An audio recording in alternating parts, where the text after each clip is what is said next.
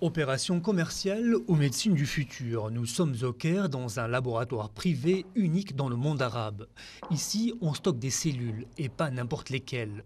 Des cellules du sang extraites du cordon ombilical des nouveau-nés. Ces cellules sont conservées à moins de 100 degrés. Et si des années plus tard, ce nouveau-né est atteint de leucémie ou d'une autre maladie du sang, ces cellules pourront lui être transfusées immédiatement. Pas besoin de trouver un donneur de moelle osseuse, technique lourde et aléatoire. Problème, le prélèvement coûte 2000 $, sans compter le prix de la conservation. En un an d'existence, 300 personnes ont confié leurs cellules à ce laboratoire. Ceux qui stockent leurs cellules souches assurent leur avenir. Ils sont conscients que cette sorte d'assurance maladie est tout aussi importante qu'assurer sa voiture ou sa maison. Ce sont des cellules que vous conservez pour vos enfants au cas où quelque chose leur arrivait.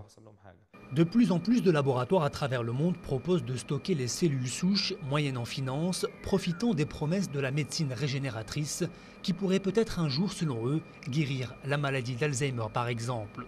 Dans les années 90, la plupart des pays développés ont mis en place des banques publiques pour stocker ces cellules souches, mais certains interdisent aux laboratoires privés de le faire par peur des dérives mercantiles.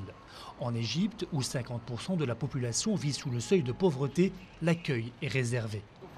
Ce nouveau service ne bénéficiera qu'aux gens riches. Les plus pauvres ne pourront même pas rêver de stocker leurs cellules souches. D'ailleurs, ils n'y pensent même pas.